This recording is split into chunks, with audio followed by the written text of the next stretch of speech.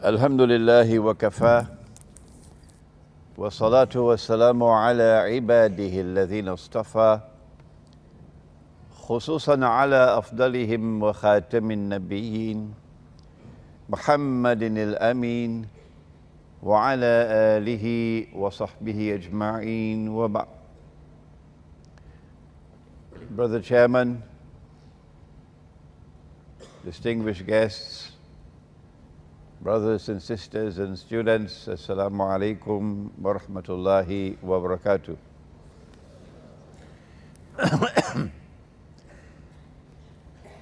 I have come to you this morning with a bit of the flu and a little bit of the cough.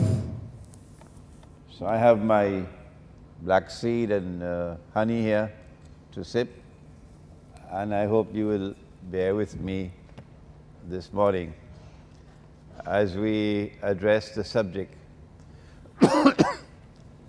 of Surah Kahf and the modern age. Nabi Muhammad alayhi salatu wassalam is reported to have said, every prophet has warned his people about Dajjal.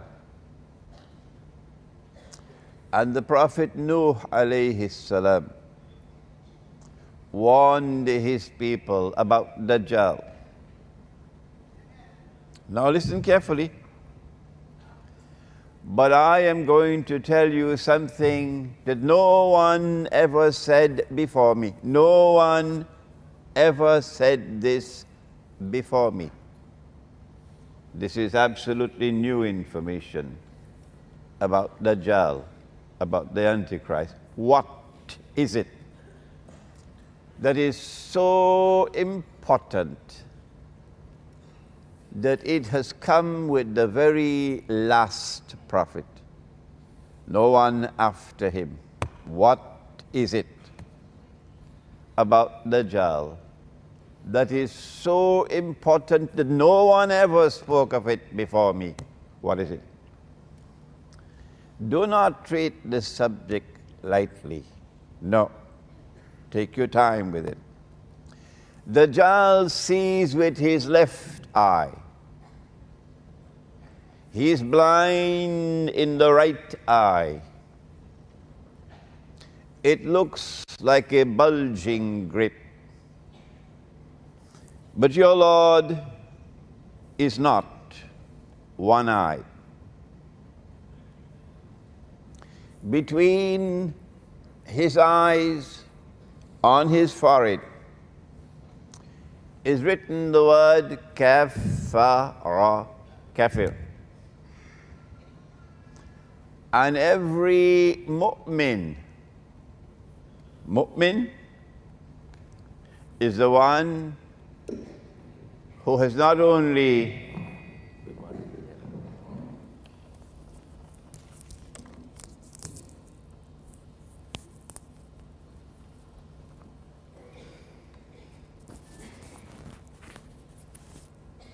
what's it around?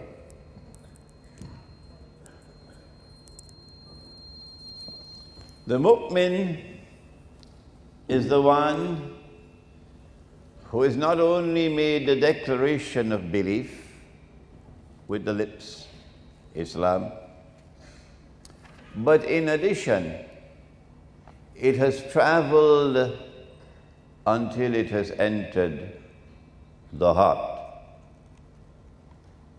So now he has Iman, so he is mu'min.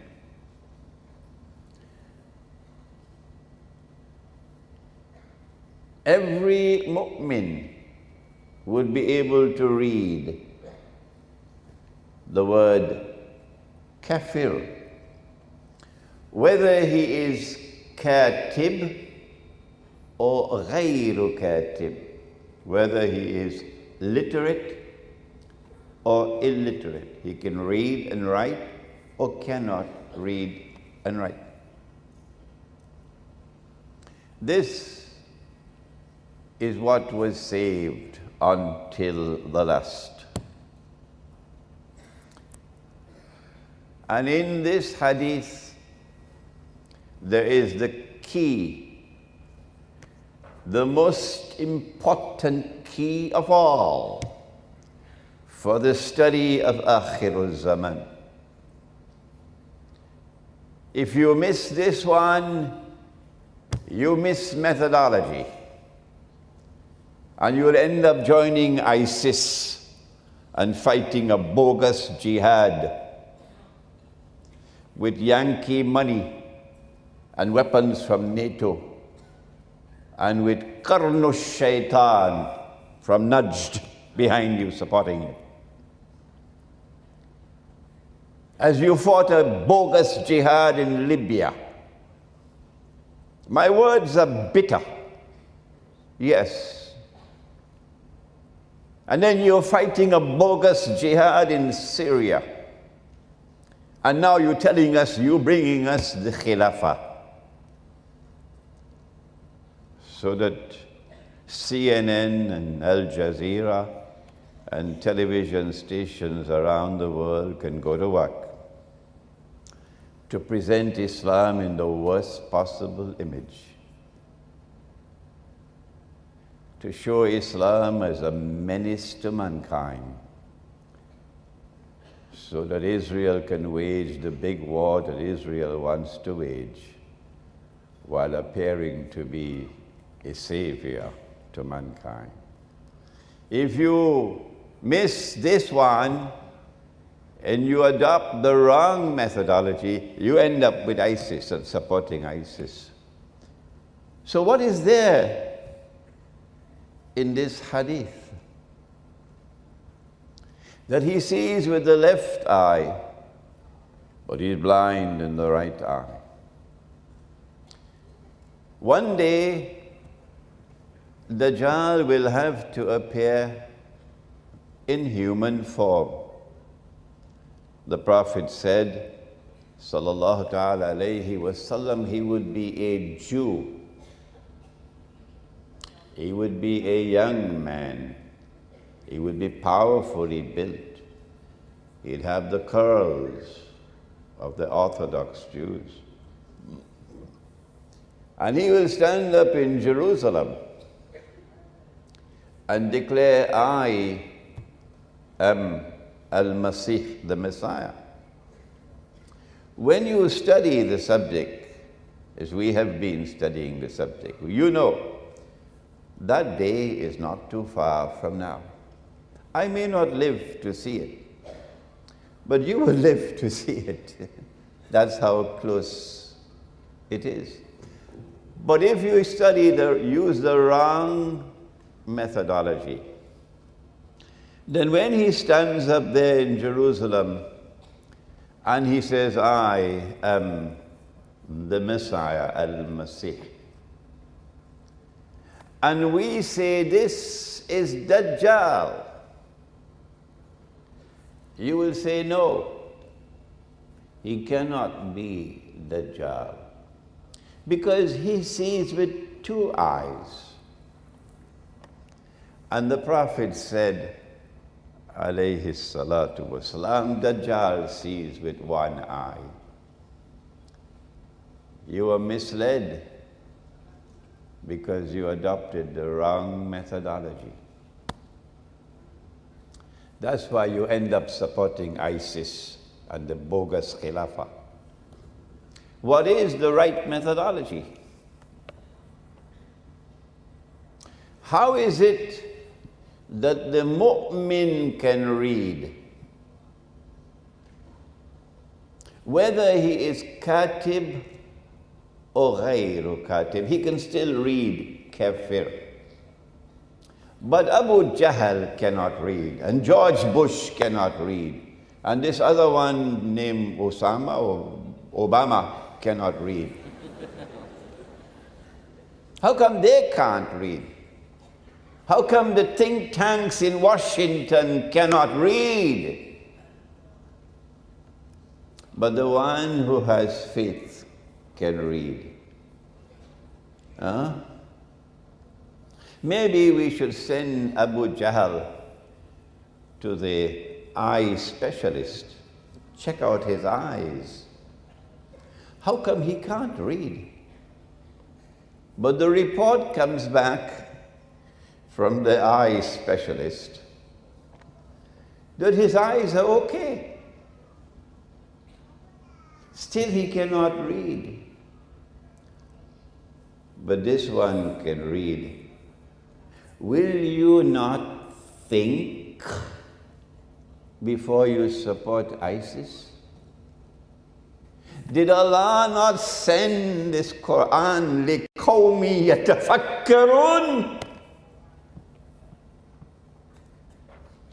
Did Allah not send this Qur'an to a people who think? Why have we stopped thinking? Is it because the one who has faith is not reading with these eyes alone? Is it that in addition to these eyes, we have other ways of seeing? This is called epistemology, the branch of knowledge which studies knowledge. They don't teach it in the universities anymore. How do we acquire knowledge? The scientific method is that knowledge comes from external observation and experimentation and rational inquiry. And the scientific method says, wrongly so, that if knowledge comes from any other source, it's not knowledge. It belongs to Disneyland. But the Qur'an says otherwise. How I wish the Qur'an could be studied. How I wish that the Qur'an could be taught in universities. We'd have a different world today if we would teach the Qur'an. The Qur'an tells us, فَإِنَّهَا لَا تَعْمَى الْأَبْصَارِ. It's not these eyes which are blind. وَلَكِنْ تَعْمَى الْقُلُوبُ الَّتِي فِي الصُّدُورِ. What is blind is the heart which is inside the chest. So that the Qur'an gives us a different epistemology, that we see with external sight, and we also see with internal sight. And so now we can subject the hadith to something called ta'wil. Ta'wil. Tafsir is to explain. Ta'wil is to interpret. And we have to talk today about ta'wil. And when we talk on ta'wil, we go to the Qur'an, not to the hadith, to the Qur'an. So the one who has faith can read because he's seeing with the internal eye. And the one who is Abu Jahl cannot read because he is internally blind. And so now we can explain the hadith the way, excuse me, the Salafi cannot do it. I have not come to USM with boxing gloves to take on the Salafi. No. Mine is a learned and a respectful response to a challenge from the Salafi. And I expect that he would respond to me in like ways.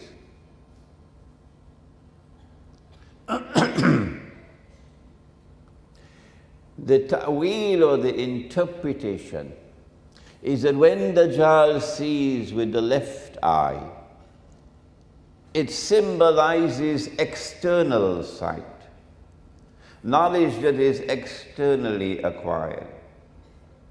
And when Dajjal is blind in the right eye, it symbolizes internal blindness.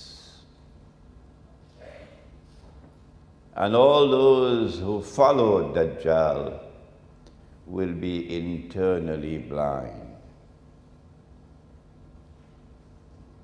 How then can we ensure that we are not internally blind?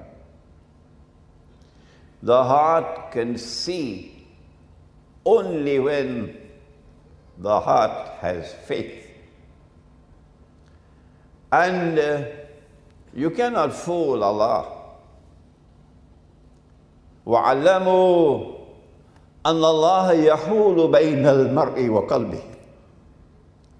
Be conscious of the fact that Allah hovers between a man and his heart. Be conscious of the fact that Allah hovers between a man and his heart. So Allah knows whether this heart is worshipping Him or worshipping the dunya. And that's why Surah Kahf gave us the story of the rich man and the poor man. The rich man worshipped his two gardens. With his lips he says, I worship Allah. But with his heart he worshipped his wealth. And he believed that because he was rich, he is superior. So he is looking down at the poor. And the poor man is warning him, be careful.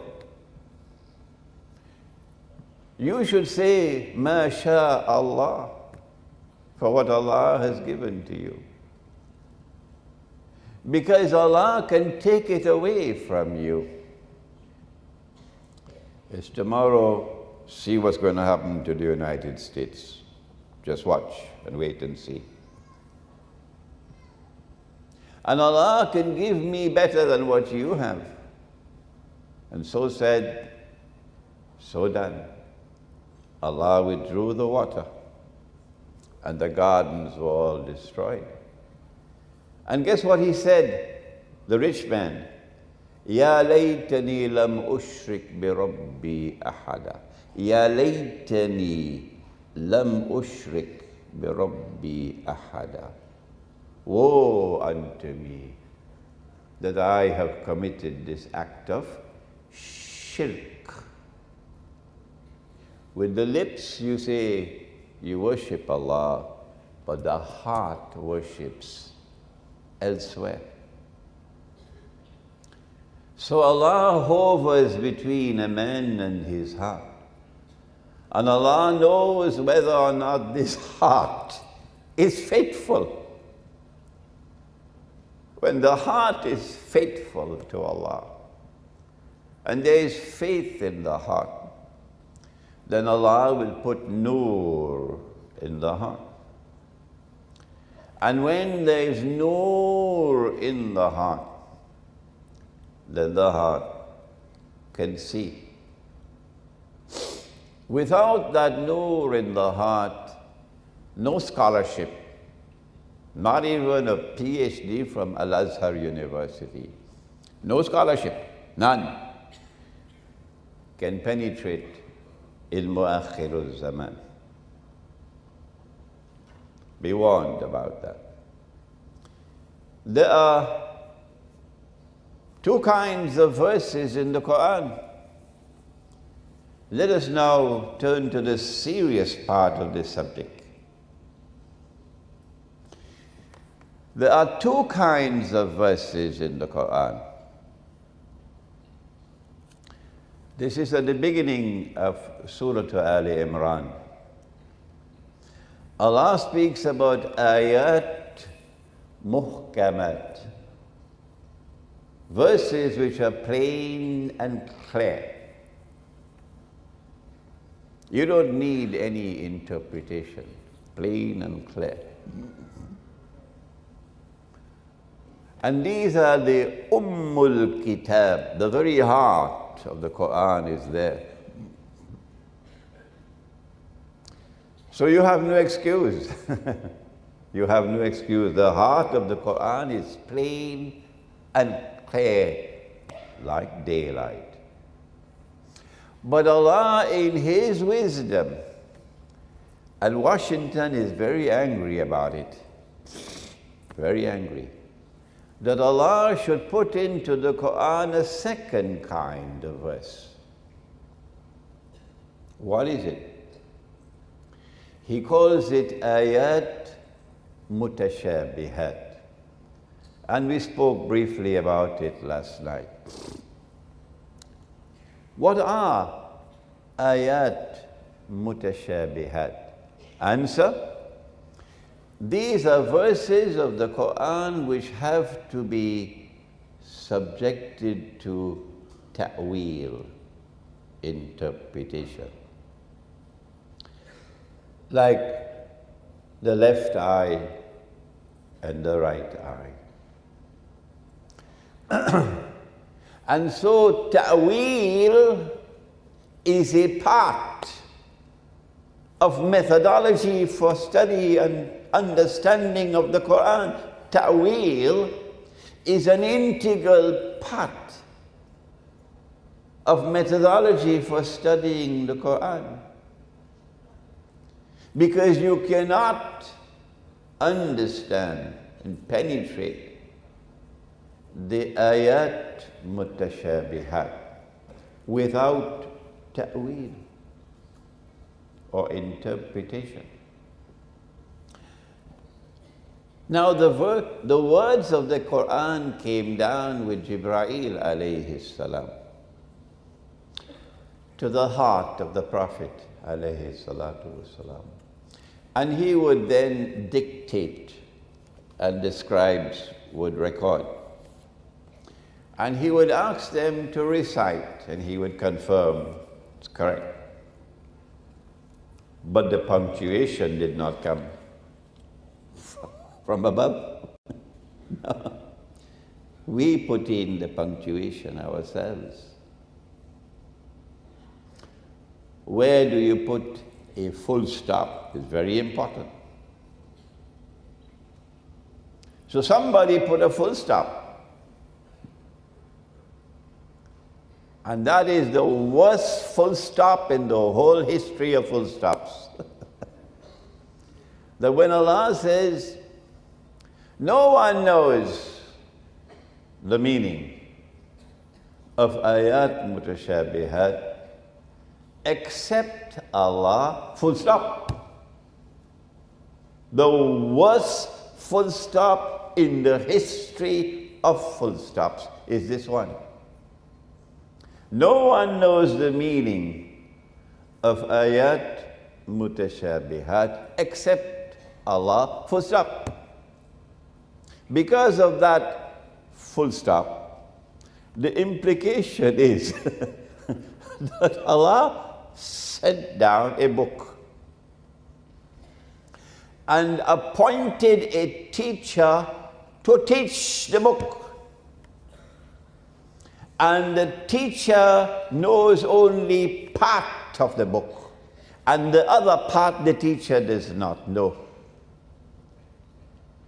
Does that sound to you sensible or foolish? How come you're so quiet this morning? Is Allah a wise God? How can a wise God send a book and appoint a teacher to teach the book, and the teacher does not know the meaning of part of the book? That full stop is the most wicked full stop in the history of full stops. So let us take it and throw it away. Unfortunately, the full stop is there. So we have to take it and throw it away. The full stop did not come with Jibreel alayhi salam. What the Qur'an is saying is that no one knows the meaning of the ayat mutashabihat except Allah and rasikhuna fil ilm. Those who are serious scholars, firmly grounded in knowledge, not schoolboys. The schoolboy will say, no, he cannot be Dajjal because he sees with two eyes. That's the schoolboy.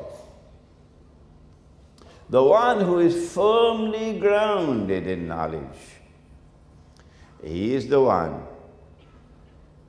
with Allah's guidance who will be able to penetrate this part of the Qur'an, the ayat mutashabihat. And ilmu akhir zaman is in ayat mutashabihat. So you cannot study this subject only with the rational faculty.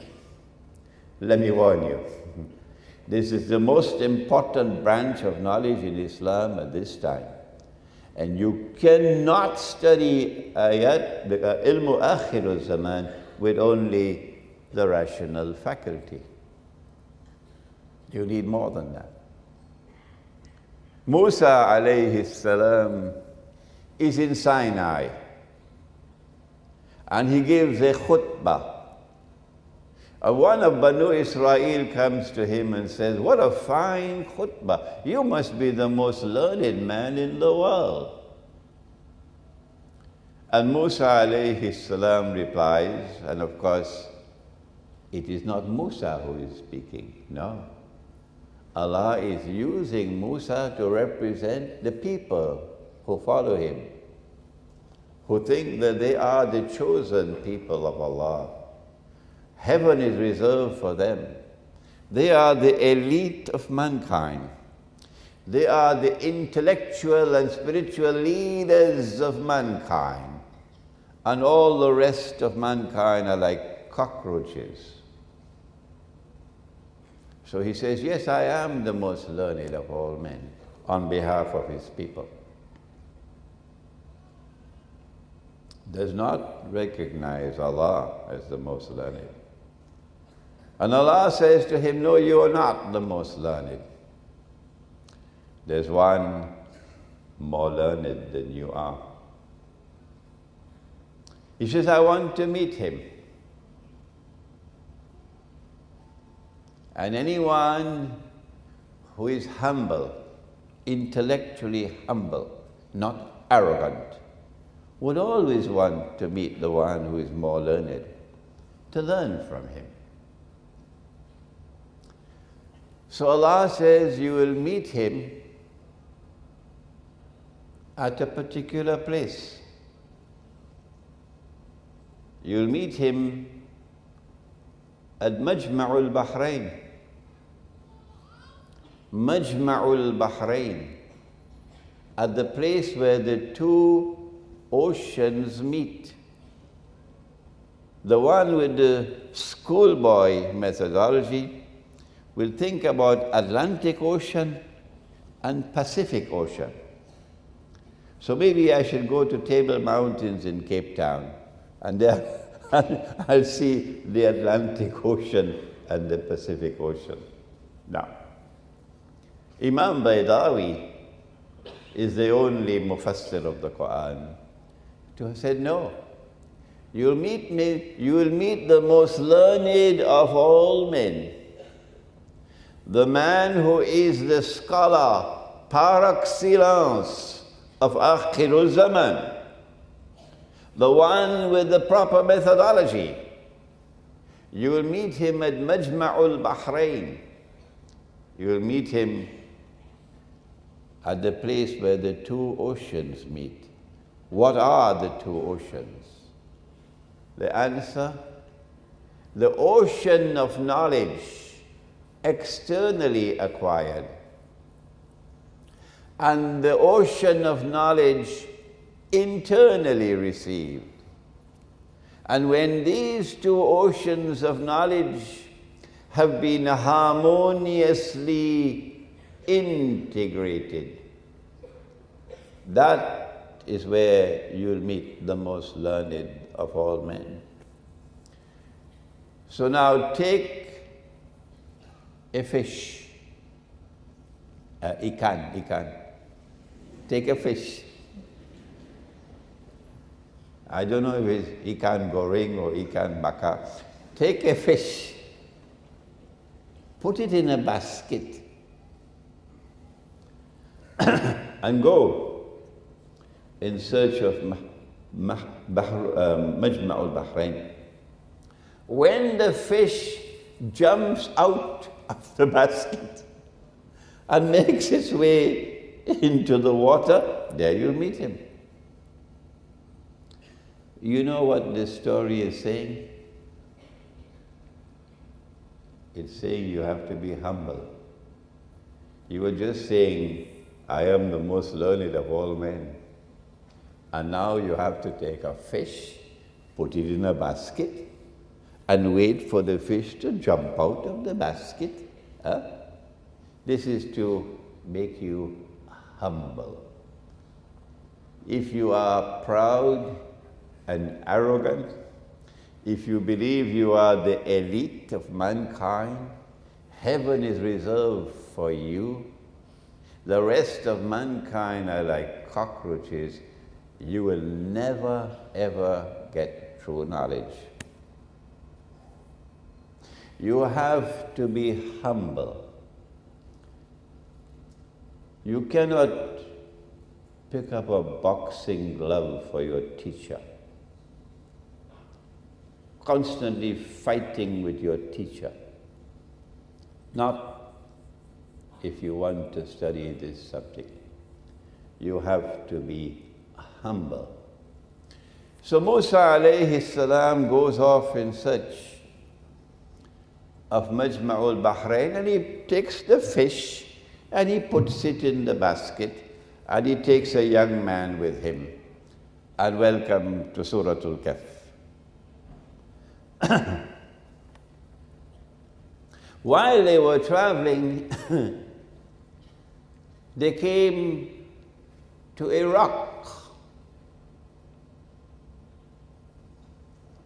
And they rested for a while at the rock. And Musa alayhi salam fell asleep.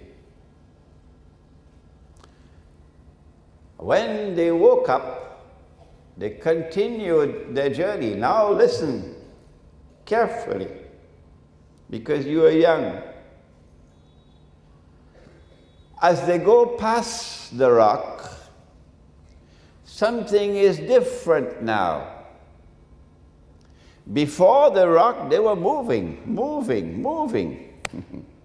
But after the rock, لَقَدْ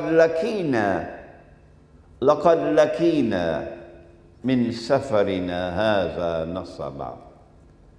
The journey has now become difficult, wearisome, tiresome. I wish I knew the Bahasa language so I could explain to you in Bahasa. It's a difficult journey now. Take out the food, let's eat. Because this journey has become wearisome, tiresome, difficult, not like before. Surah Al-Kahf is sending a message to you in Akhirul Zaman, that if in your heart there is love for Allah, and if you are searching for that way of life that will give you sukoon in your heart, you are not being fooled by the shopping malls that glitter in tinsel town. They don't hold any attraction for you, not the shopping malls. Your heart hungers for something else. Your heart is hungering for sukoon, for peace in this dunya. And you can't get it. Life is wearisome. Life is tiresome. Surah al-Kahf is saying, turn around, go back, go search for the rock. Turn around, go back, you've missed the rock. That was when the young man said, oh, I forgot to tell you that when we stopped at the rock, the fish jumped out of the basket and the fish made its way into the water in a wondrous way. And Allah says, no, he did not forget. Shaitan caused him to forget. So all of us will forget. Imran also forgets, and you will forget. And when you forget, and Allah causes you to remember, you must now turn to Allah and ask Him to guide you to that which is better. So Musa alayhi salam said, that's what we were looking for. Let's hurry back to the rock. And when they returned to the rock, they found a man sitting on the rock. Musa alayhi salam realized this is the most learned man of all in the world. And we mean no offense at all to our sisters, because each one of us has a mother. Our mother is a woman, yes. We came from a woman. Without a woman, none of us would be here. None of us would be here without a woman. But the man who is sitting on the rock is always a man, not a woman.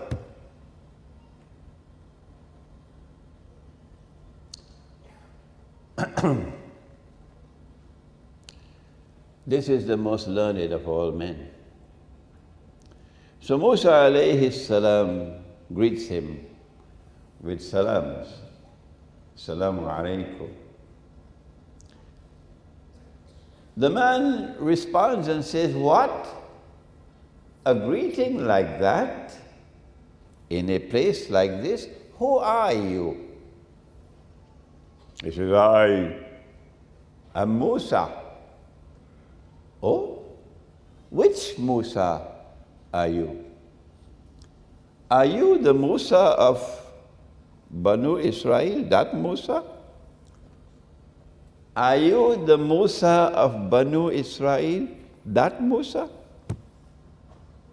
Indicating that he does not belong to Banu Israel.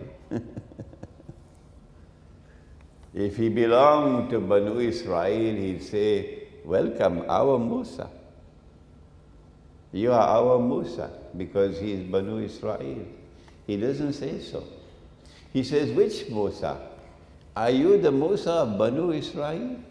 So he is not Banu Israel. Surah al-Kahf is sending a message to the Jews that you're not the most learned of all in the world. No. There's one more learned than you are. You better humble yourself and come to him for knowledge.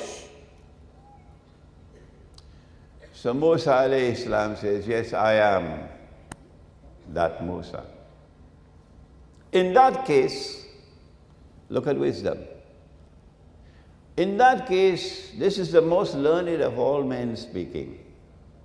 In that case, Allah has given to you knowledge that I don't have.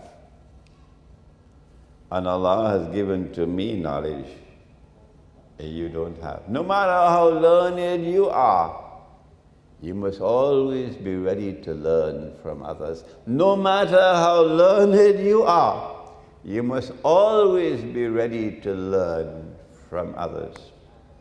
And when you teach to others, do it with humility. Now, why is he sitting on a rock?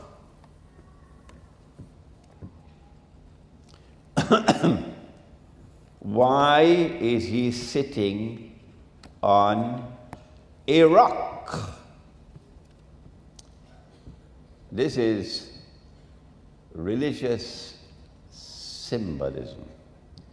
And you must have insight, basira, to understand the symbolism. He's sitting on a rock because he's not sitting on shifting sand. He's not the kind of man who any direction the wind blows, he has to turn in that direction. So when Washington says one thing, suddenly you see him change and he's following the way of Washington. And then Washington changes, says another thing, and suddenly you see the scholar of Islam changing, turning that way now. Why? He doesn't want to be called a terrorist. He doesn't want his name on any no-fly list. No. So he has to turn with the wind. But not this man. He sits on a rock because he is firm. Firm in his views. He speaks without fear. He does not speak to please the people. He speaks to please his Lord. And if the people are happy, alhamdulillah. And if they are not, then that's just too bad. If he has to be one voice and one voice alone in the world, he will not change his mind. That is what it means to sit on a rock. He got a backbone made of steel, not a backbone made of recycled paper. So my daughters, when you look for a husband, find a boy, find a man who has a backbone made of steel, not one with a backbone made of recycled paper. And so Musa alayhi salam says to him, I want to follow you so I can learn from what Allah has given to you. The teacher of Akhirul Zaman is Khidr.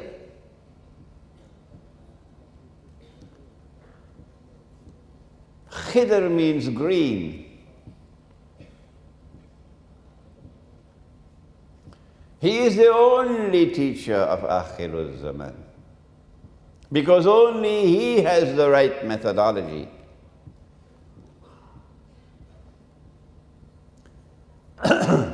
How did he get the name green? The Prophet said, sallallahu ta'ala alayhi wasallam, that he came to a land which was barren, dry. And he sat down and everything became green. Like Malaysia, green. The implication being that this is not a man who memorizes this kitab and then memorizes that kitab and memorizes that kitab and then spends the rest of his life like a machine repeating what he's memorized. No. This is a man whose knowledge is like the rain. Raindrops. That when he speaks, it's like raindrops falling on the dead earth. And it comes back to life, and everything is green. So when he speaks, the dead hearts come back to life.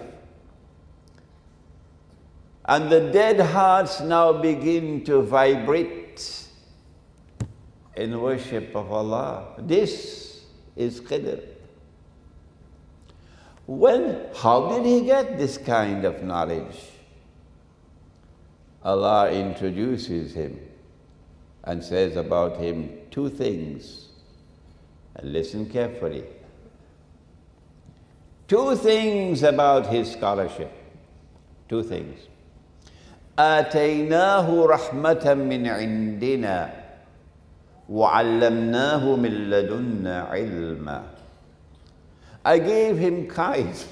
I gave him kindness. I gave him kindness. He's kind. He's compassionate.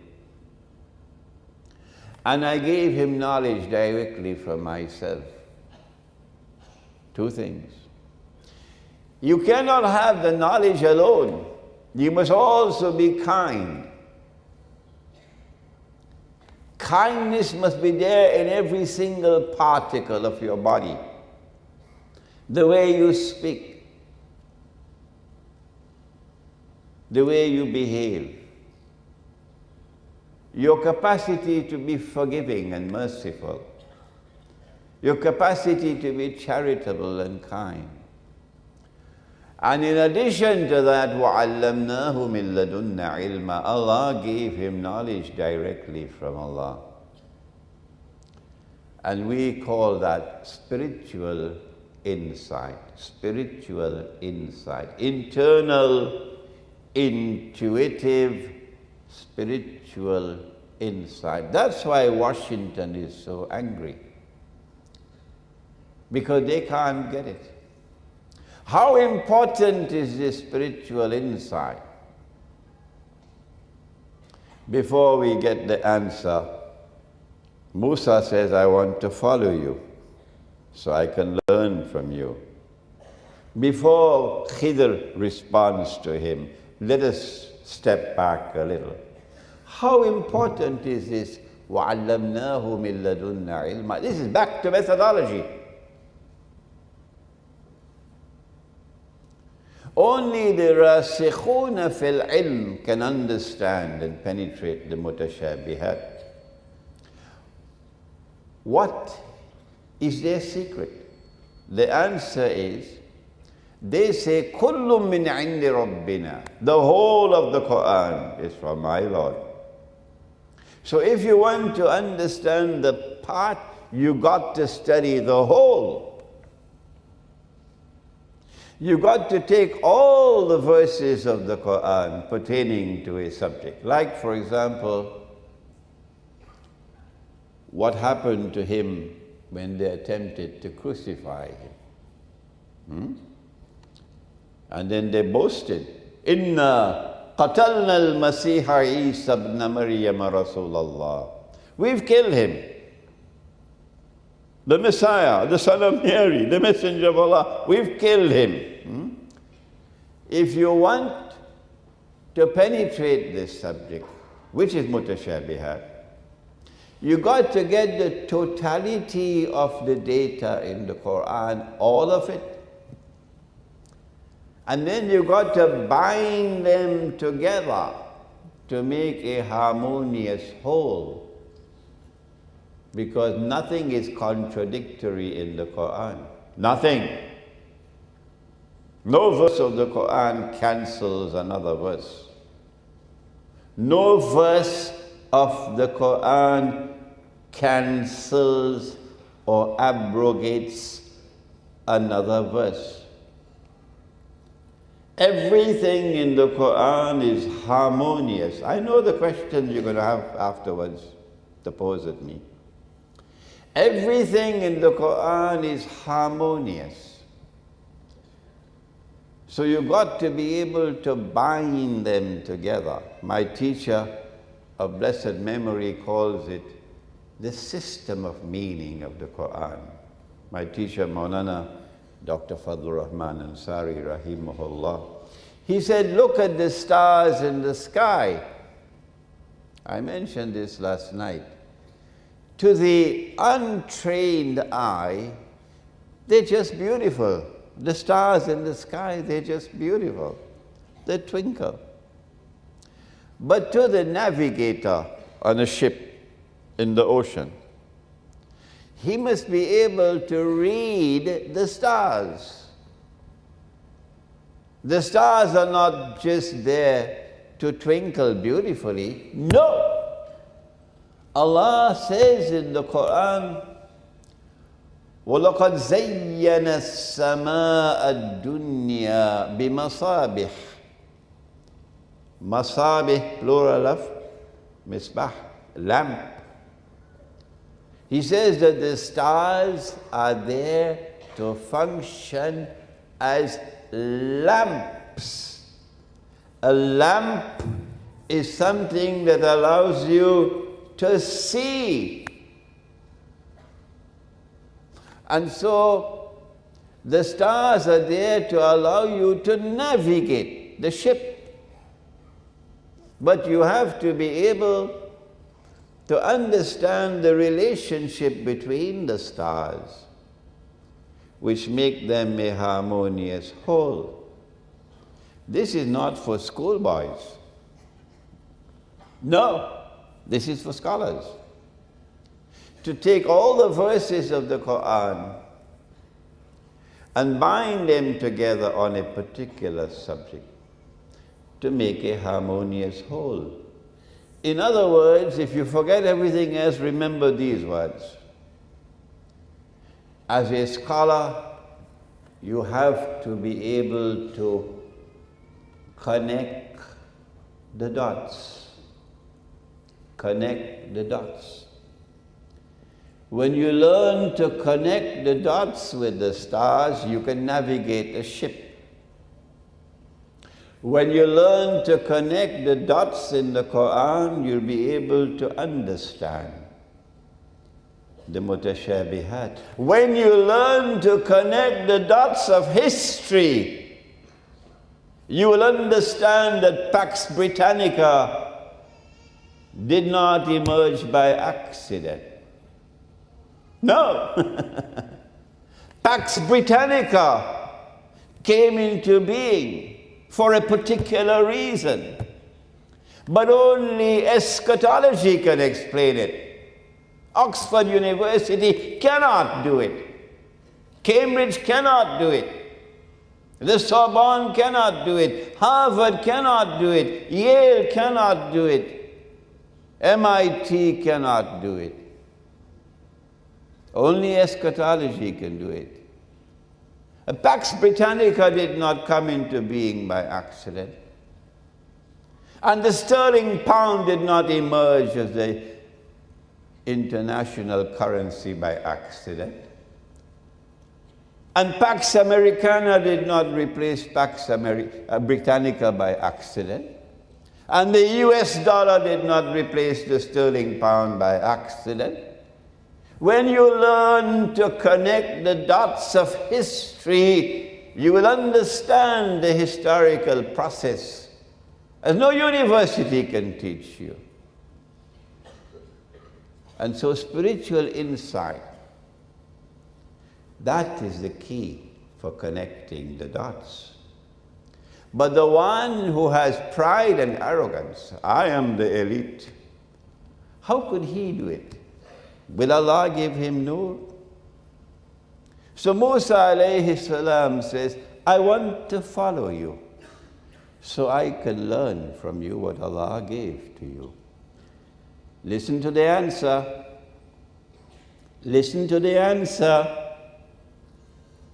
Khidr alayhi salam replies and says, إِنَّكَ لَن تَسْتَطِيعَ مَعِيَ صَبْرًا وَكَيْفَ تَصْبِرُ عَلَى مَا لَمْ تُحِطْ بِهِ خُبْرًا. You cannot show patience with me in what I have to teach. How can you bear with patience that which lies beyond your capacity to comprehend? Because you are one-eyed. إِنَّكَ لَن تَسْتَطِيعَ مَعِيَ صَبْرًا وَكَيْفَ تَصْبِرُ عَلَى مَا لَمْ تُحِطْ بِهِ خُبْرًا. These are the two most important ayat in the epistemology of the Qur'an. So when you become a student of such a teacher, when you find your khidr, I am now an old man, tomorrow I'll be in my grave, but you are young, and you're going to be searching for your khidr, the scholar who is the only one who can be a guide in Akhir Zaman. Remember to be humble. Don't go with boxing gloves. Don't go challenging him. Be patient with him until he explains to you your khidr. So Musa said, I promise you, I will be patient. Okay, I accept you. You can come along, but on one condition. Don't ask any questions. Teachers don't behave like this. Which normal teacher speaks like that? Huh? How could a teacher tell the student, don't ask any questions? This is not a normal teacher. This is khidr. And this is the price you will have to pay if you want to study ilmu akhirul zaman. So he promises he will not ask any questions. And then they travel, and then there's the boat, and there's the boy, and then there's the wall. I don't have to tell you, you all know. I have this book, which is the Tafsir, Surah al-Kahf, the text, translation, and commentary, which is the whole surah.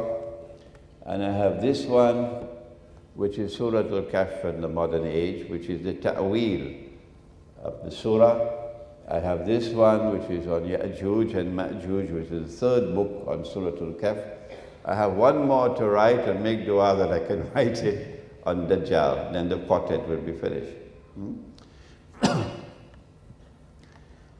You must not ask any questions, and then 3 events occur. And on each occasion, Musa alayhi salam delivers judgment, and his judgment is wrong.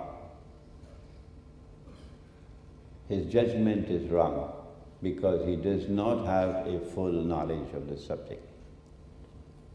His judgment is wrong because he does not have a full knowledge of the subject. He's only seeing a part of it. Like today we now have pipe-borne water. And everybody performing the wudu with the pipe-borne water. And everybody performing the wudu of Gog and Magog. And everybody have abandoned the wudu of Muhammad alayhi salatu wasalam. They don't understand. A trap was set for them. And they walked into the trap. And they're performing a disgraceful wudu. That's the wudu they're performing. And with that wudu, they want to perform salat. And then they come to teach you Islam. And they cannot even perform wudu. So you have a partial understanding and you make the mistake. That's what happened to Musa, alayhi salam. Or, I didn't want to say it last night, but let me say it now. I hope I don't spoil your lunch. You cannot get nur without water. You cannot get nur without water. Water is the road to nur. Water.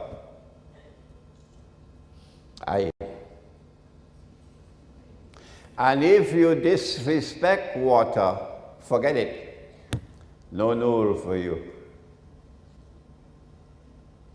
You cannot waste water and still expect to get nur. And that's what you do when you make wudu now.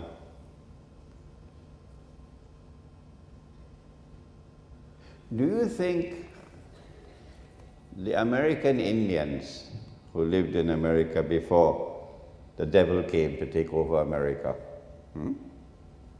The devil came from Europe to take over America. The American Indians, and there's a stream of water, and there are fish in the water, and the fish is food, and he is so good, he can take a spear and catch a fish. And he wants to urinate, he wants to pass water. Do you think an American Indian will go and urinate in the river? How come you're so quiet? What's wrong with you, so quiet? No. An American Indian will show respect for water. He will not urinate into water.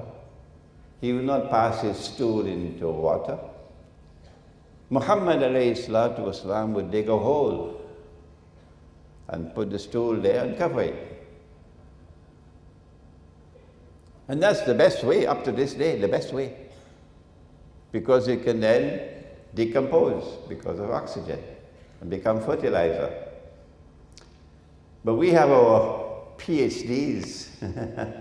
We belong to the age of progress and knowledge. So we do it in something called a WC. Yeah. We urinate into water. And Allah says, فَمَنْ يَعْمَلْ مِثْقَالَ ذَرَّةٍ شَرًّا يَرَهُ. Even if it be an evil deed as small as the weight of an ant, you're going to have to answer for it. Urinating into water? Nobody ever did that before. Dajjal came along with his WC toilet. And then defecating, putting the stool into water so it cannot decompose anymore. No, there's no oxygen in the water. And then it goes through a sewage system. And where it is pumped, it's pumped into the lakes and into the rivers and to the coastal waters, contaminating the lakes and the rivers and the coastal water. This is the modern age. And the fish eat it. And then we buy the fish and it's, mashallah, ikan baka.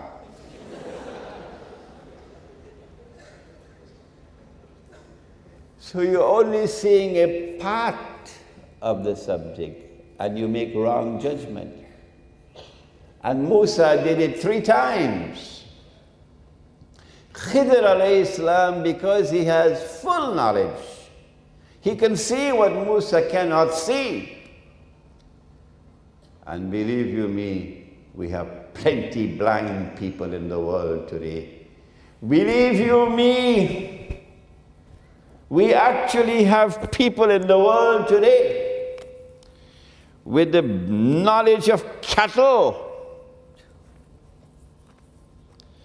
that you could take a piece of paper, put a picture on it, put a number on it, and give it a fictitious value. And it becomes money, and even your central bank don't have 5 ringgits worth of knowledge and intelligence.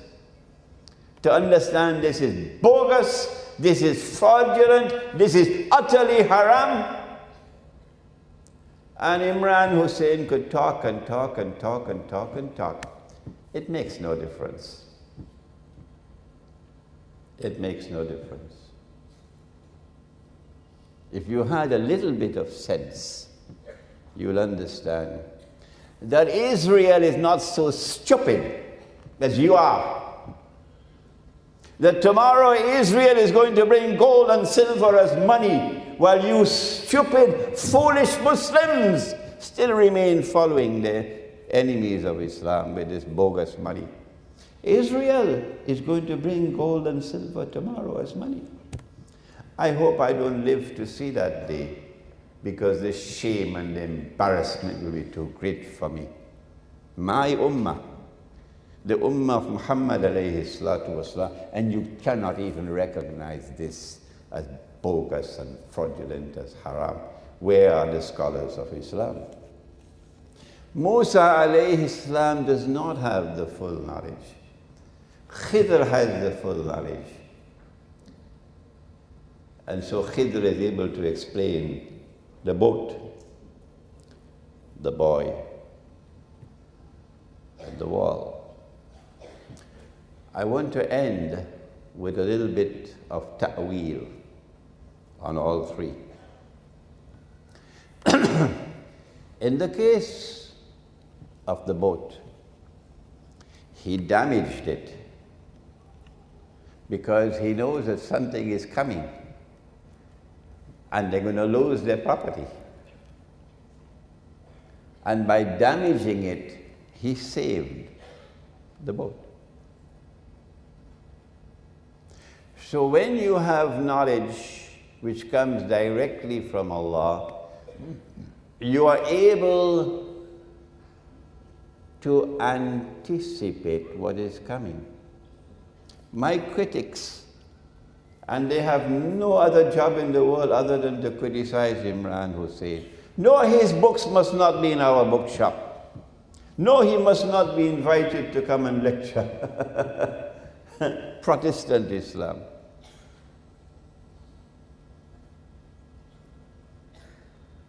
When you have the knowledge that comes directly from Allah, when Allah blesses you with that insight, you are able to look ahead and you can see events which are about to occur. Like, for example, I mentioned last night that nuclear war is coming. Nuclear war is around the corner between United States and NATO on the one hand and Russia and China on the other. There'll only be one nuclear war in history. Only one. Can't be two. Huh? That nuclear war is coming. And they want it sooner rather than later. Because the longer they wait, the stronger will Russia become. I was of the opinion that perhaps the nuclear war would be 5 or 10 years from now. And then I went to attend a conference in Iran in September, a conference of independent thinkers. And on the first night that I was there, I had 2 dreams, one after the other. And in both the dreams, I saw nuclear war. I saw the missiles being shot into the sky. And I saw that Pakistan was a part of the nuclear war. The Christians call it Armageddon. The Prophet ﷺ called it Malhama. Would it not be of benefit if we are able to anticipate that nuclear war is coming? And what can we do to prepare for it? Yes, only Allah knows the future. You don't have to tell me that. But Allah can, if He wishes, convey knowledge to those whom He chooses. And so with the methodology of Khidr alayhi salam, you can look into the future and see that a king is coming to seize the boats. And by damaging the boat, he saves the boat. Similarly, today we know the US dollar is going to collapse, probably with the nuclear war. I don't think it will collapse before that, but I can be wrong. And when the US dollar collapses, all the paper money in the world will go with it, including your ringgit. Their plan is to have one universal currency, one for all of mankind. And it will be invisible electronic money. And if we are so stupid to accept the paper money, will we be so stupid to accept the electronic money as well? When we should be returning to dinar and dirham? So, when you have internal, intuitive, spiritual insight, and you study Surah Kahf of the Qur'an, you are able to anticipate what is coming.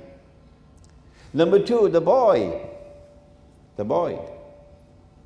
And he killed the boy because he knew that this boy was going to grow up to join ISIS and go fight the bogus jihad and become a threat not only to his parents but to the whole ummah. You can see ahead. But now look at something else. The wall. And the wall is collapsing. And he rebuilds the wall. And Musa cannot understand why he's rebuilding the wall amongst the people who would not offer any hospitality.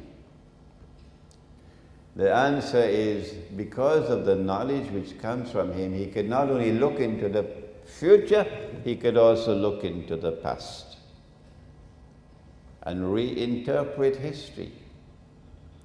That there is a treasure underneath the wall. It belongs to two orphans. And Allah wants that these orphans should grow up and get the treasure that their father left for them. So when you have this knowledge which comes directly from Allah, you're not only able to look into the future and anticipate what is coming, you're also able to look back into the past and connect the dots of history and recognize the dot that connects Pax Britannica with Pax Americana, with Pax Judaica, which is around the corner. And you'll understand, therefore, the movement of history. And you'll be able to anticipate how much time is there left before the Malhama. And then when the Malhama takes place, what comes after that? The conquest of, help me somebody. Come on, help me somebody. After the Malhama, the conquest of, you got homework to do. The conquest of Constantinople. Your prophet said so. The Malhama is coming, the nuclear war. And after the nuclear war, the next thing to occur will be the conquest of Constantinople. That is why Mustafa Kemal changed the name and prohibited the use of the word Constantinople. And we say to Mustafa Kemal, get lost. If Muhammad alayhi salatu wasalam referred to the city as Constantinople, then that's Sunnah. No Mustafa Kemal could tell me I cannot follow the Sunnah. Huh? The conquest of Constantinople makes military sense only in one context. And that is that the Russian Navy could pass through the Bosphorus and the Straits of Dardanelles into the Mediterranean Sea. So we can say from USM, we can say it today, that Russia will survive the nuclear war. NATO, you can put that in your pipe and smoke it. Russia will survive the nuclear war as a naval power. And the Russian Navy will pass through the Bosphorus and the Straits of Dardanelles into the Mediterranean. Because when we conquer Constantinople, NATO's back will be broken. What comes after the conquest of Constantinople? Khuruj of Dajjal. Khuruj of Dajjal. And after that comes Imam al-Mahdi, and then comes the return of Nabi Isa alayhi salam, but that's not our subject for today. I suggest to you the Surah al-Kahf of the Qur'an is the surah par excellence of ilmu akhirul zaman. And if you have to spend the rest of your life studying it, you must do so. Finally, there's a shortcut to Nur. The Prophet said, alayhi salatu wasalam, recite Surah al-Kahf on the day of Jummah, and you will get Nur from the samawat to the earth. And that Nur will stay with you until next Jummah. And he said, recite the first 10 ayat of Surah al-Kahf over Dajjal, and you'll be safe from his fitna. We pray that Allah may bless you all to be able to study and understand Surah al-Kahf of the Qur'an, that it may become a nur with which you'll be able to understand the world today. رَبَّنَا تَقَبَّلْ مِنَّا إِنَّكَ أَنْتَ السَّمِيعُ الْعَلِيمُ وَتُبْ عَلَيْنَا يَا مَوْلَانَا إِنَّكَ أَنْتَ التَّوَّابُ الرَّحِيمُ بِرَحْمَتِكَ يَا أَرْحَمَ الرَّاحِمِينَ آمين.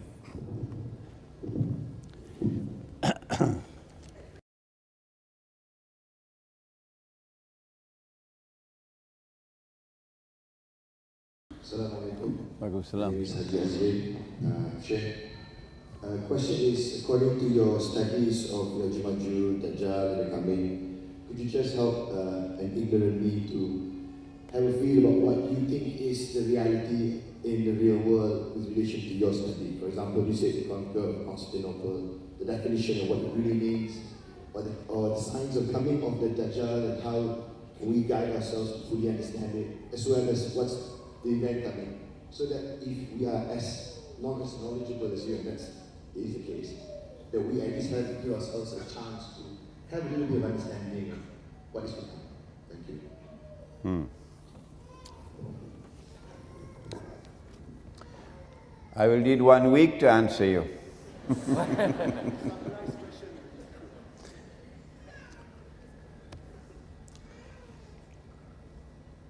I want to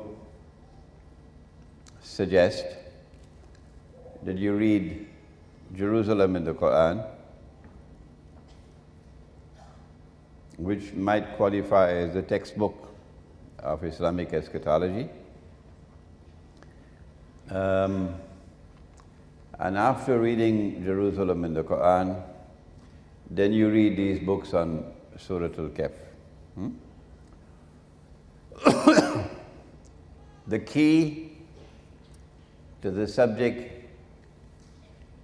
and this is where the Iranians differ with me. I've been to Iran 3 times already. And Iran, the Shia ulama are very firm in their view that the key to ilmu akhirul zaman is Imam al-Mahdi. And I said to them, no, you're wrong. The key to ilmu akhirul zaman is Nabi Isa alayhi salam. So you've got to study the subject of Nabi Isa alayhi salam. particularly what happened at the time when they attempted to crucify him, which we don't have the time now to explain.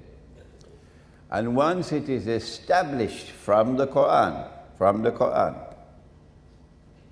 that Nabi Isa alayhi salam never experienced maut. So you're wrong when you translate the Qur'an to say he died. You're wrong. Be careful. The Qur'an does not say that he experienced maut. And since kullu nafsin za'iqatul maut, every soul must taste maut, the implication is that includes Nabi Isa alayhi salam. So wherever he is, he has to return.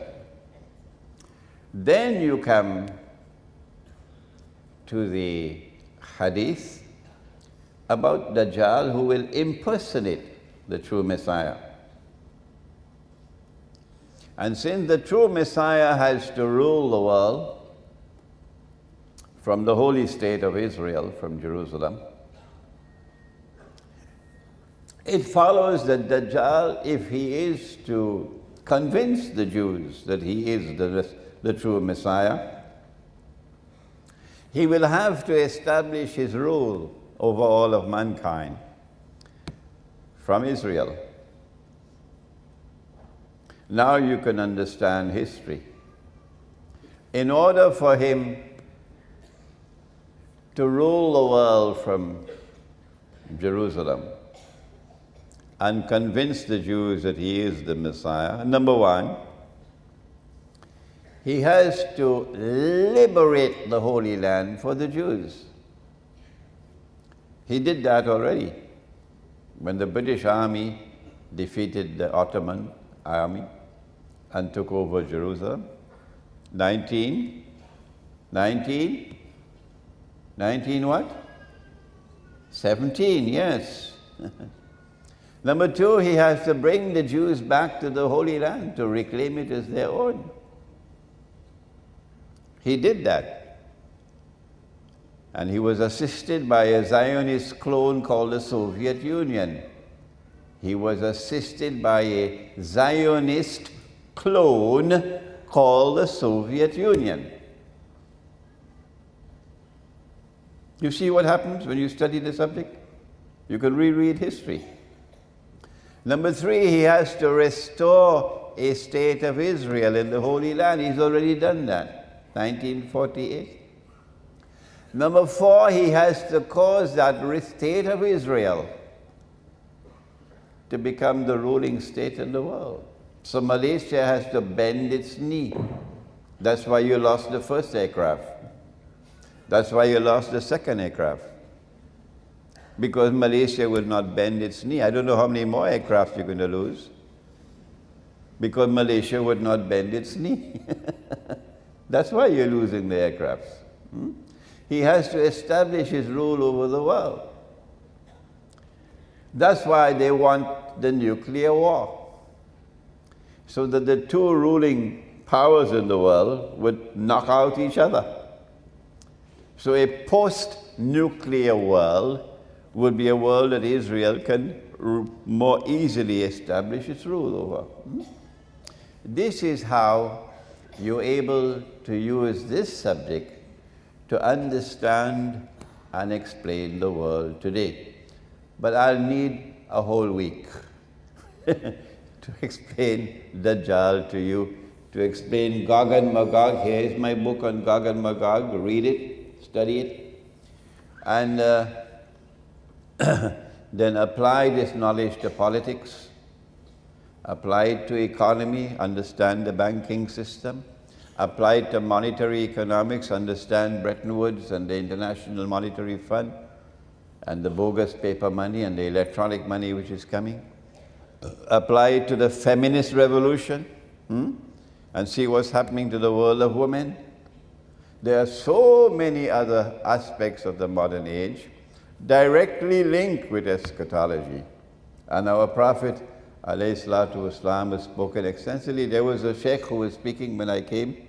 I couldn't understand the bahasa, but whenever he quoted in Arabic, mashallah, he studied the subject. He was quoting for you several ahadith of the Prophet ﷺ on Akhirul Zaman. Next question.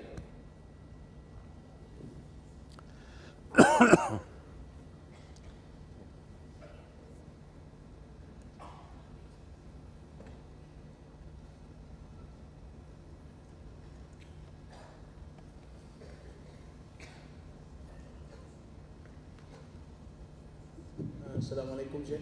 My name is Muhammad Yusuf. In your various lectures, you have criticized the banking system and also various financial institutions. My question is, what do you think of the Islamic banking and takaful, in which we were told that it is Sharia compliance? And how do we escape from becoming users and supporters of these various financial institutions? That's all, Sheikh. I have a booklet outside entitled Islam and the Future of Money, the gold dinar and silver dirham. Islam and the Future of Money. Unfortunately, none of us has complete knowledge, so my knowledge of the subject is constantly increasing. And since I wrote that book, there are now 2 more chapters to be added to it. The Bretton Woods monetary system, which gave us the US dollar as the international currency, was backed by gold. That the US government undertook a responsibility under international law to redeem US dollars for gold at the rate of $35 for 1 ounce of gold. So there was some integrity in the US dollar. But only governments could redeem, only governments, not people. That's bogus. 2 governments in the world recognized that this was bogus. 2 governments in the world stood up to defy them. One belonged to this region of the world, and the other was France, General Charles de Gaulle. He recognized that this was unfair, this was bogus, and he spoke in the French National Assembly against the monetary system. And that's why they took aim at him and they got him out of power. Who was the other government? Answer? Ahmad Sukarno. Yeah, you're too young to know it.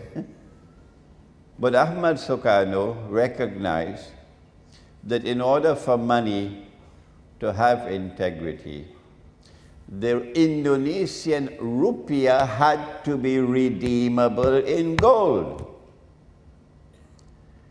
Indonesia has now buried this knowledge below the ground. You can't find it. They don't want people to know it. But Ahmad Sukarno wanted the Indonesian rupiah to be redeemable in gold. That you could take the rupiah to any bank and you can get gold for it. If Ahmad Sukarno was successful, the Indonesian rupiah would not be in the disgraceful state where it is now. And my daughters would not be slaves. My daughters would not be slaves picking up your garbage. My daughters working for the salary of a slave in Lee Kuan Yew in Singapore. But who talks about that? So Sukarno took Indonesia out of the UN. May Allah bless him for that. People who have one eye can't understand it. But people who have 2 eyes would say, may Allah bless him for that. And Ahmad Sukarno took Indonesia out of the IMF. Yes, he did. Hugo Chavez is one of my heroes. He's my next door neighbor. I'm from Trinidad, he's from Venezuela. Hugo Chavez tried to take Venezuela out of the IMF, and could not succeed and died.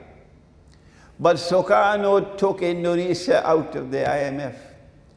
And that's why the CIA had to put their stuntman Suharto and remove Sukarno so that the CIA will rule over Indonesia. Two governments.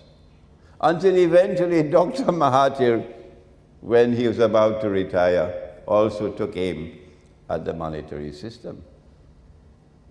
Where are the scholars of Islam to tell Bank Negara? Where are the scholars of Islam? You'll have to answer on Judgment Day. You will have to answer on Judgment Day. Unless the scholars of Islam stand up and say this paper money is bogus and fraudulent and haram, your so-called Islamic banking will prosper. Is there any Islamic bank in the world which is arguing that we should bring back gold and silver as money? Dinar and dirham? None. If an Islamic bank calls for dinar and dirham, they'll shut it down. They'll shut it down. That's not my only criticism of Islamic banking, so-called Islamic banking. There are other criticisms as well. But we don't have the time today to go into that subject. But I suggest that you read my book, The Gold Dinar and Silver Dirham, Islam and the Future of Money, which is outside. It's also translated to Bahasa. Any more questions?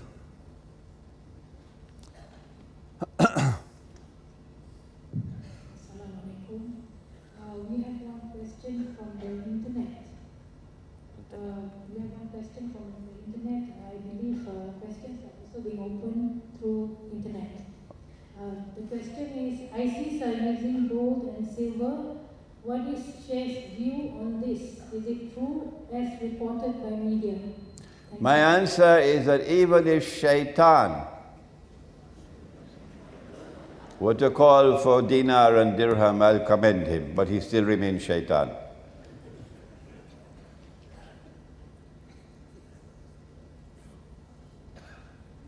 I think allow them first.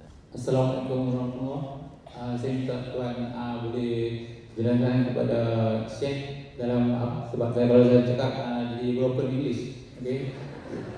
Saya Muhammad Fitri. Saya ingin tanya, apakah ada kaitan antara surah Al-Kahfi, akhir zaman, demokrasi dan kesyirikan?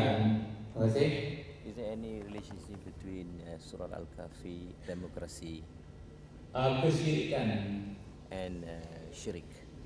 Is there any relationship between democracy and shirk in Akhir Zaman? Of course. Of course. Democracy has come as part of a package. The package includes the modern state, the modern republican state, the modern monarchy, the Khilafah state in Islam, and medieval Christian Europe, and the Hindu state. They all recognize something above as supreme. In the case of the Khilafah state, Allah is Al-Malik. Allah's sovereignty, Allah's authority, Allah's law is supreme. Dajjal came with the modern state. And the modern state around the world today, whether you have Islam as your state religion or not, whether you call yourself the Islamic Republic of Pakistan or the American Republic of Pakistan, the modern state says Allah is not Al-Malik. No. Who is Al-Malik? From the time you sign to accede to the Charter of the United Nations Organization.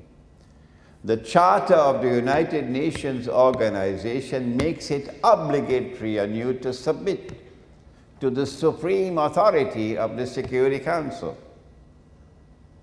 Allah could tell you something else, but when the Security Council orders, you have to obey. Once you accede to the Charter of the United Nations, you're committing shirk.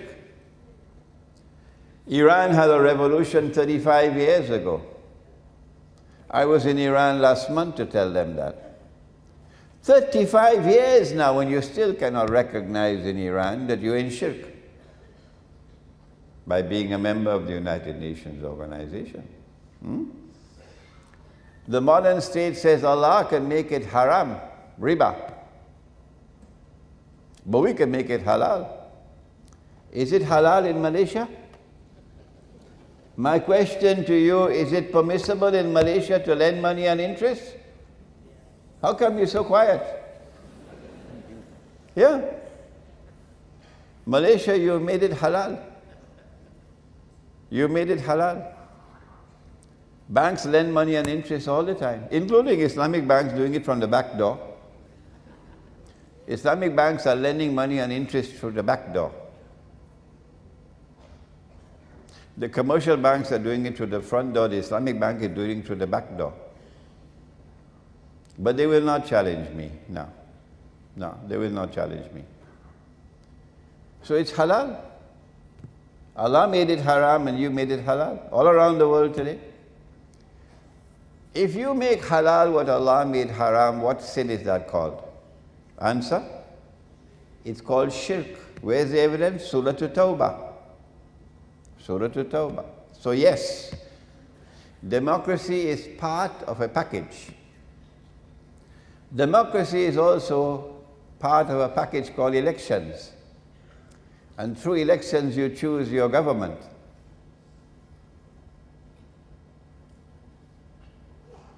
But there's something called accountability. If you make a choice, you should be held accountable for your choice. Accountability. But Dajjal is very clever. In elections, there is no accountability. Because you make your choice anonymously. You see how clever he is? You vote secretly. Shame on you, shame on you, shame on you for accepting that. Shame on you, shame on you, shame on you for accepting that. Ours is different. We Muslims. Ours is different. That's yours. Ours is different. In ours, there's something called shura.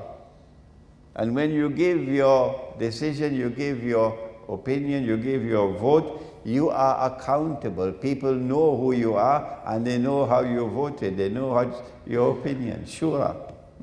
So there's accountability in ours. There's no accountability in yours. So you can rig the election. That's why Scotland is still a part of England today.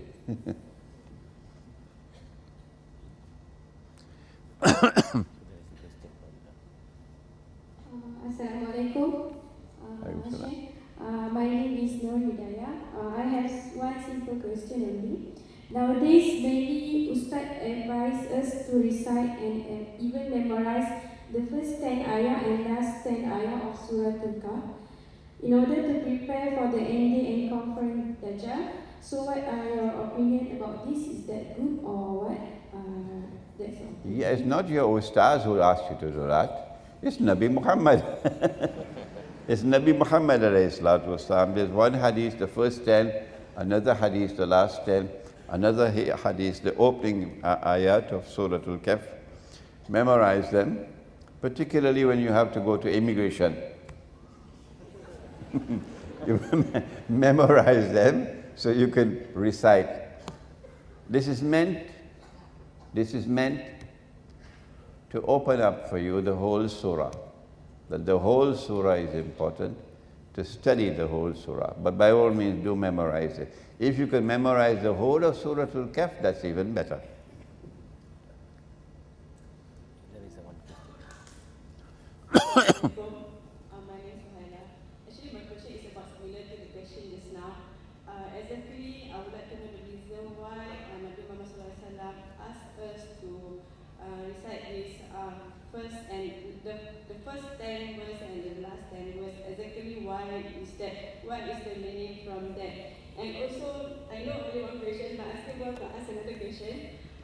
How we can instill all this feeling, especially to our generation, Y and Z right now, whereby they are growing up with a lot of gadgets, all those things. Thank you very much. Assalamualaikum. Well, I understood part. What is the importance of reciting the first 10? And the answer is here in this book, so I don't have to answer you, okay? The second part of the question? How to instill this kind of feeling among the teenagers? Oh. They've been diverted by the modern way of life. Okay.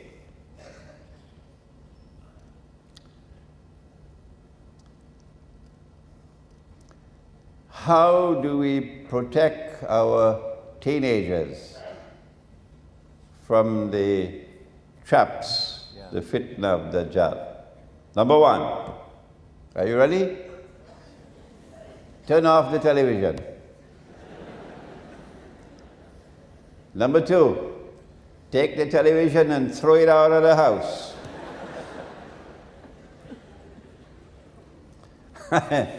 I rented an apartment in Gombak, in KL. My landlord is Chinese and very nice man, very straightforward in his business dealings. And he kept his apartment very beautifully, mashallah. And he was so happy he's leaving for me a huge television in the sitting room, big like this, and another one in the master bedroom. So I called him. I said, thank you, take it out, take that one out. My Chinese landlord is looking at me with disbelief. He cannot understand. You don't want it? I said, no. Take it out. We don't watch television. No. I'm staying in a hotel. I never turn on the television set in the hotel, never. Because that is one of the most important instruments that Dajjal has for brainwashing you. Brainwashing you. Number two, the internet has its value. There's no question about it. My eschatology has now reached all over the world. Not even the Salafi can stop it now. And it's because of the internet. But then the internet is also filled with time bombs that you can easily be distracted and easily be misguided. So as parents, you've got to monitor your child's use of the internet. Shopping malls are dangerous places. Shopping malls are dangerous places. When a 15-year-old boy leaves Kampung and comes to KL and goes into a shopping mall, his eyes open big. And when he sees the half-naked woman, his mouth opens big. So the less you can have of visits to shopping malls, the better.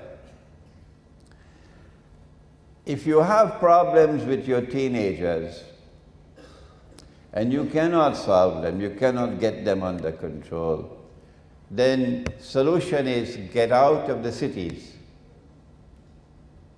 and go and find residence in kampung.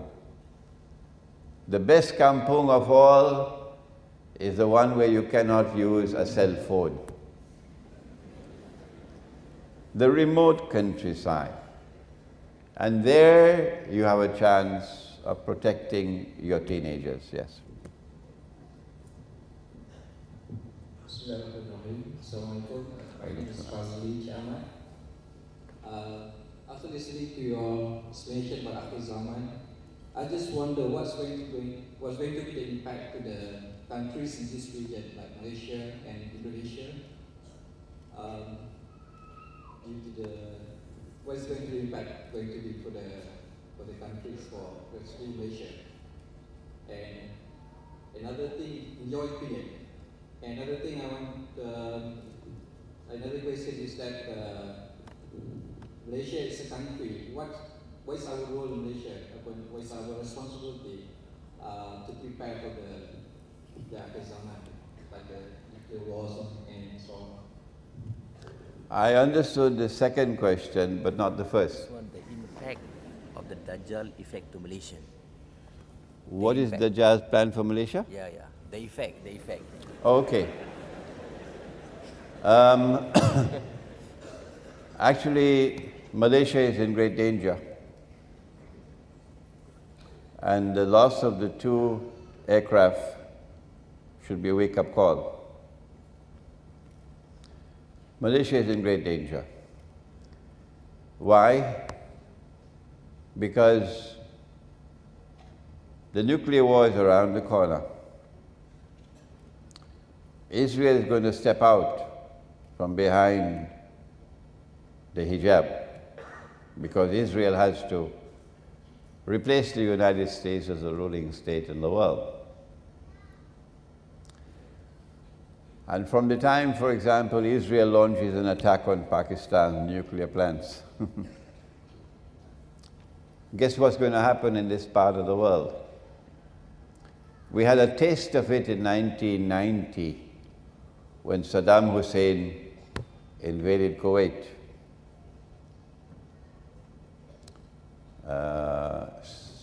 Many of you may not have been alive in 1990.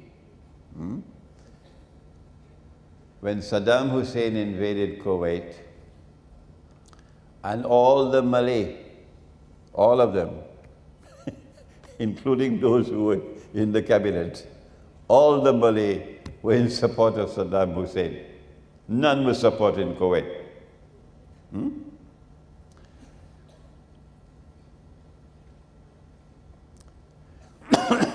Because the Malay sentiment in their hearts, they could recognize who was the oppressor and who was the oppressed. So when Israel steps out from behind the hijab and starts to launch her wars, Muslim sentiment in this part of the world is going to be inflamed.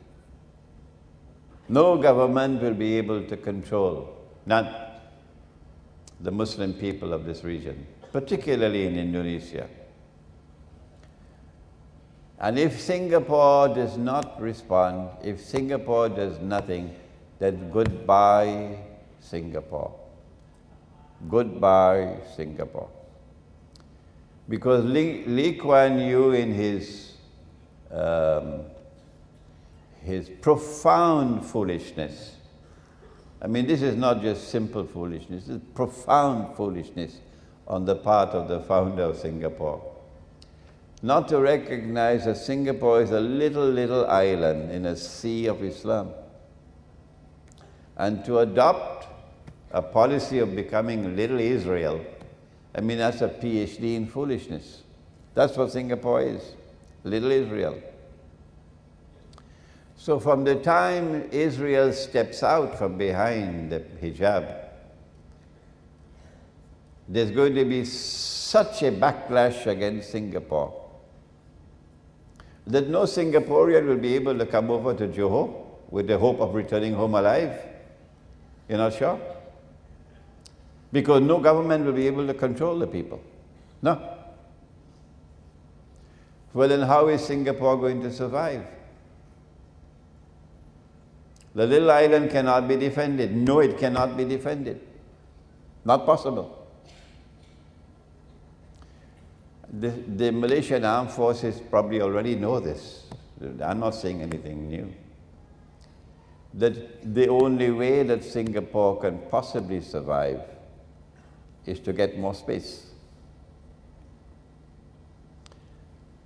And so one can expect some rash move on the part of Singapore at the expense of either Malaysia or Indonesia, more likely Malaysia. But any such move on the part of Singapore will trigger racial war, race war in this part of the world. So you're sitting on a gunpowder at this moment. You're sitting on gunpowder at this moment. And It is eschatology, the study of eschatology, that will help a government in Malaysia, and the government in Indonesia to prepare for what is to come. I don't think I should speak any more than what I've just said. I think we give last question. Assalamualaikum, Sheikh. My name is Ismail. My question is actually related to Dajjal. How actually describe Dajjal? Is it a human like us, or animal, or is it a superpower like Israel? Thank you, Sheikh. Question is Dajjal a human being, or is he an animal, or what is he? How do we describe him? Were you here for the whole lecture, or did you come late? Because I did mention, did I not? I did mention that Dajjal is going to appear in human form. Dajjal will appear in human form. When he does so, he will be a Jew. He will be a young man. He'll be powerfully built. He'll have the curls of the Orthodox Jews. I did say that, did I not? That, of course, is not the full answer, but it's too complex a subject for me to go beyond that. So you should be suffice with that, okay? Make dua that I can write my book on Dajjal, where you'll get a more comprehensive answer than that. Assalamualaikum, my name is Pankar Ikhwan, and I wanted to ask you, what is your advice to us about the money? Because technically we are living in a money world, and everybody is like very obsessed about money. We cannot live without money, and how we educate even our parents that say so obsessed about money. But we here, you yourself don't really care about money. It's just a second value. How do you advise the people around us say that money is not that important? There is other thing that is important. Please advise me on this. The question is, how do we explain to our parents, how do we explain to the society that money is not everything, that there are things in life that money cannot buy?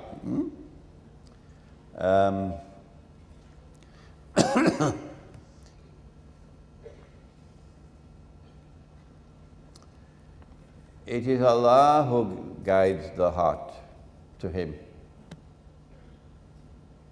You cannot do it. All that you can do is to warn, nothing more. And when you warn, you must call people with wisdom, and do it in a nice and graceful way. Once you have done that, وَمَا عَلَيْنَا إِلَّا الْبَلَاغِ, I have done my duty. I have guided you, I have warned you about the dangers of the dunya. And if you choose to follow that path, then I have to accept and not seek to oppress you. That's your choice. Now another question. Assalamualaikum. My name is Johari Rahmani. I have one question regarding ISIS. I read a lot of from the NAS, a lot of things shows a good thing. But based on your explanation just now in your lecture that ISIS is a bogus, so can you explain further? Thank you. Question. Who provides them with state-of-the-art weapons, the most sophisticated weaponry? Do they have the technology themselves? Do I live in dreamland? Do they have the manufacturing plants? Who provides them with all these weapons? Number two, who is financing them? They're being paid $1,000 a day to go and fight? Where's the money coming from? My answer is that it's the same force at work that recruited them in Libya and sent the weapons into Benghazi. I don't want to speak anymore about how the weapons reached Benghazi. The Turkish government has a lot to answer for to Allah on Judgment Day. This bogus Turkish government, pretending to be Islamic. And they recruited fighters from different parts of the world, paying them money. These are mercenaries, not mujahideen, mercenaries. They're fighting for money. Okay? And they show no Islamic etiquette, Islamic rules of warfare. In the case of Tripoli, they waited until Ramadan. They waited until people have fasted for the whole day. And now it is the time to break the fast. And everybody lay down their weapons to sit down over the iftar to eat. And these wicked, wicked, wicked people who say they are Mujahideen launched their attack at that time and killed maybe 1,000, 2,000 people in order to take Tripoli. They can't be Muslims. Their place is in Jahannam. The same people who did that in Libya, in consequence of which Libya is now, it's a failed state, it's finished. It's rubbish, that's what Libya is today, rubbish. And NATO is in charge in Libya. So when the attack on Egypt takes place, Israel will attack from one side and NATO will attack from the other side. The same people are also there in Syria. Who's providing them the weapons? Turkey is doing it. Turkey is a member of NATO. That's prohibited by the Qur'an. Prohibited by the Qur'an. Turkey is providing the weapons. Saudi Arabia. The Prophet ﷺ pointed to the east, to Najd. And he said, Najd is Qarnu Shaitan. Qarnu Shaitan. The age of Satan, not the horn, the age. It is Qarnu Shaitan who is behind ISIS today. Not just the CIA, not just the Mossad. It is Qarnu Shaitan. Providing the weapons, providing the financing, doing all the strategic thinking for ISIS. But if you don't want to believe me, you can wait until Judgment Day and you'll see for yourself. But on that time, don't ask for excuse. On Judgment Day, no, too late at that time. If you can't see now, man kana fi hadhihi a'ama فَهُوَ فِي الْآخِرَةِ أَعْمَى وَأَضَلَّ السَّبِيلِ. Whosoever is blind here will be blind there as well and more misguided.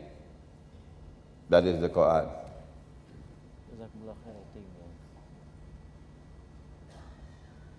I think Assalamu alaikum, Sheikh.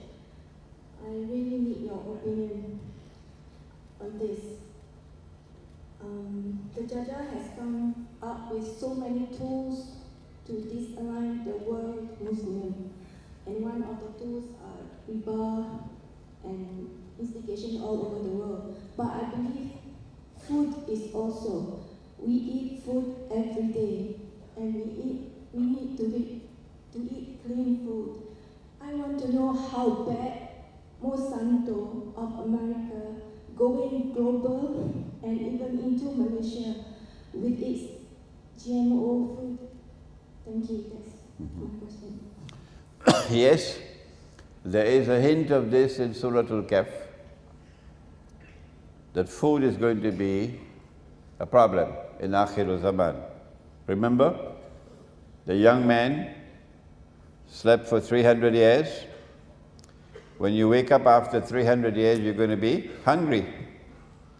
So they send one to get some food, And they gave him instructions. فَلْيَنْظُرْ أَيُّهَا أَذْكَى طَعَامٍ. Go search for that food which is purest. That is what we have to do today.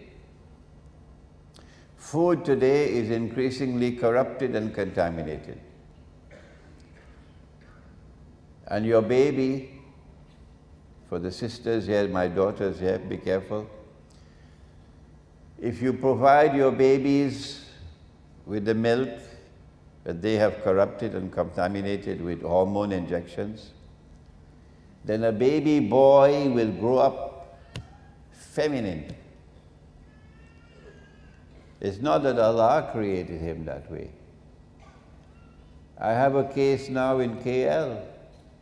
The mother is spending so much money, she doesn't know what to do.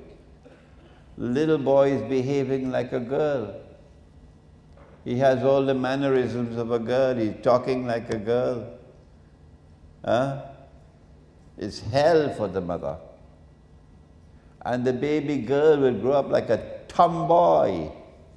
And you don't know what to do with this girl. She's not growing up like a girl. She's growing up like a boy. She's behaving like a boy. And you, the mother, you have the problem more than the father. He's outside working all day. So you've got to be very careful about food, because they're putting into the food that is going to contaminate and corrupt the food and create problems for you tomorrow. That was the question on food. But if I may be allowed to take on one more subject about Dajjal. It's not going to make me popular, but I'm not here for popularity. In the Qur'an, Allah is plain and clear. Allah is plain and clear in the Qur'an that He created men to have several wives. Oh yes. He created men to have several wives. And the sunnah of the Prophet ﷺ is to have several wives. And so too the companions of the Prophet ﷺ. And if men are to have several wives, it follows that Allah must have created more women than men. You cannot have men having several wives and yet create same amount of men as women. So forget about the official statistics. Forget about it. There'll always be more women than men in the world. Dajjal it is who has come along. And when you study ilmu akhir zaman, then you will understand the strategy. And brainwashed, all of us, including the scholars of Islam, brainwashed us all that good men, decent men, respectable men, men who are models of conduct, are men who have only one wife. And when a man takes a second or a third wife, like your grandfather did and your great-grandfather did, something is wrong with him. You despise him. You don't want to marry a man who already has a wife. No. People are going to laugh at you to be a second wife. This is the attack of Dajjal. This is the attack of Dajjal. And so, if you are to earn Allah's blessings, you must stand up and defy Dajjal. If you have the means to do so and you can take a second wife, go ahead and do it. Imran Hosein is speaking.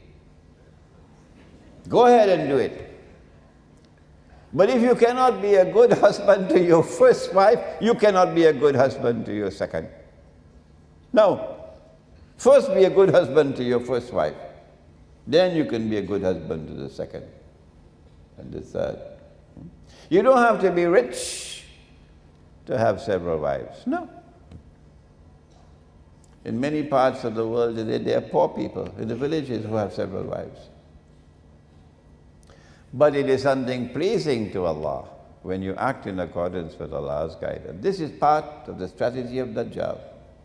So as men have only one wife, there'll always be a surplus of women out there who cannot find a husband. That's a recipe for disaster.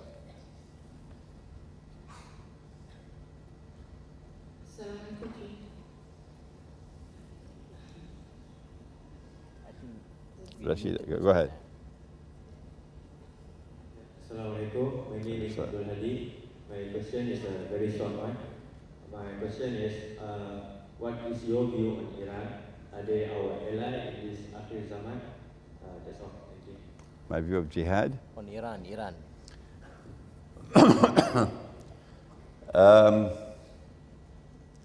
I am about to deliver a lecture on the subject, the master plan, Dajjal's master plan for Akhir Zaman is to bring about Shia-Sunni civil war in Islam. They tried it when Saddam Hussein attacked Iran, and the war lasted for 8 years. They were hoping that it would become a Shia-Sunni civil war in Islam, but it did not. They tried it again in Syria to make it a Shia-Sunni war in Syria. They didn't succeed. And now they're trying it with ISIS to get Shia-Sunni civil war in Islam. If they succeed in fomenting Shia-Sunni civil war in Islam, goodbye Pakistan. Goodbye to Pakistan. Pakistan cannot survive. They want Pakistan to collapse because Pakistan is the only Muslim country today with nuclear weapons. And in order to avoid a frontal attack on Pakistan and nuclear war, it would be better if they can get Pakistan to collapse from inside with civil war. So the Protestant Islam, the Salafi view, is today to beat the drums of war against the Shia. That's what they're doing. Beating the drums of war against the Shia. This is why I travel to Iran again and again, to try to build solidarity with the Shia ulama. And I was just in Iran 3 weeks ago, and I said, we've got to sit down and come to some common understanding. To inform the Sunni world that you cannot say that the Shia are kuffar. That's rubbish. That's rubbish. That's schoolboy methodology. The Shia are kuffar. In order for you to say that they are kuffar, you have to declare a fatwa. The fatwa has to be issued by someone of authority, someone with knowledge. And it has to be a document. And that document has to get ijma', consensus. That has never happened in history. No. And no one has ever prevented the Shia from performing the Hajj. If I'm wrong, tell me I'm wrong. How come no one in the history of Islam have prevented the Shia from performing the Hajj? How do you explain that? No ijma'. And now you come to tell Imran Hosein they're kuffar? That's schoolboy stuff. That's not scholarship. So we have to get this into the head of the Sunni, that the Shia, the Ithna Ashari, they are Muslims. And we also have to get it into the heads of the Shia, that the Qur'an is the supreme authority in Islam, not the Hadith, the Qur'an. You cannot divide the Ummah based on Hadith. No. Is there anything in the Qur'an which states plainly and clearly that succession to leadership in Islam is divinely ordained and restricted to the house of the Prophet ﷺ? No, the Qur'an does not establish that. That's from the hadith, not the Qur'an. And you cannot establish a belief system only on the hadith. It has to be supported by the Qur'an. And so you should stop. Stop it. Stop ever saying that Abu Bakr Siddiq and Umar Farooq and Uthman Ghani, radiallahu ta'ala anhum, that they were usurpers. That is a sinful thing to do. That's nonsense. It's false. Stop it. You cannot establish a belief system based on hadith, unsupported by the Qur'an. So we've got to bridge the divide, the Shia-Sunni divide, on these two issues. And hopefully I pray that Allah may help us that we can prevent Shia-Sunni civil war in Islam. So one more last question you want to ask. The last one. I think this for limited time. Okay, thank you very much. Assalamualaikum. I'm from Ipoh, Cairo. Just now in your earlier discussion, you have mentioned about how Singapore can survive. Okay, and you did mention about Singapore to survive is to get more space, and they have to expand the space, and they have to expand the survival even up to Malaysia, that will trigger a racial war. So as a Malaysian, I'm worried about that. And my question to you is that, do these Singaporean politicians, they are eyeing on Malaysia, especially during our next general election? I'm sorry, I have to, involve politics here. As we know that PAP is a party which is similar to the DAP in Malaysia, and I'm a supporter from PAS, okay? And we are now in one big combination of what we call as Pakatan Rakyat. So if really they have their intention to get Malaysia during the general election through DAP, so we are in trouble. But having to say that, what President PAS, Datuk Haji Hadi Awang, has decided that we are must still in this Pakatan Rakyat. So we are, kita pengikut dan kita just ikut saja apa yang ditentukanlah. So dengan harapan dan dengan doa tak ada yang akan terjadi. Dan saya nak tanya juga, mungkin boleh, perjuangan itu adalah sunatullah, okay? So mungkin lepas pada ini kita terpaksa berjuang lagi melawan mereka untuk mendapatkan negara Islam di Malaysia. Sorry, terpaksa involve politik. Mungkin boleh translate apa sebenarnya yang Yes. Okay. Terima kasih. The last question. So how Singapore will expand to Malaysia, to control Malaysia? Is there any future agenda that you see? I should restrict, I was very guarded in my answer to you. And I should restrict my comments to what I've said, nothing more than that. I don't know the names of the political parties, no? I don't know the names of the political parties in Malaysia and in Singapore. I know PAS, yeah. I don't think PAS knows me, but I know PAS. So, I don't have the time really to study local politics. I don't have the time. My time is devoted to the big problems, the big issues around the world. So your local ulama are the ones who should be guiding you on the question you have just asked. All I have to say is Singapore is lost, is finished. From the time Israel steps out from behind her hijab, there's no way Singapore can survive unless Singapore does something to try to enhance its security. What is Singapore likely to do? I believe it's going to be something rash. And if it does that, it's going to trigger off racial war. So we've got to prepare for it.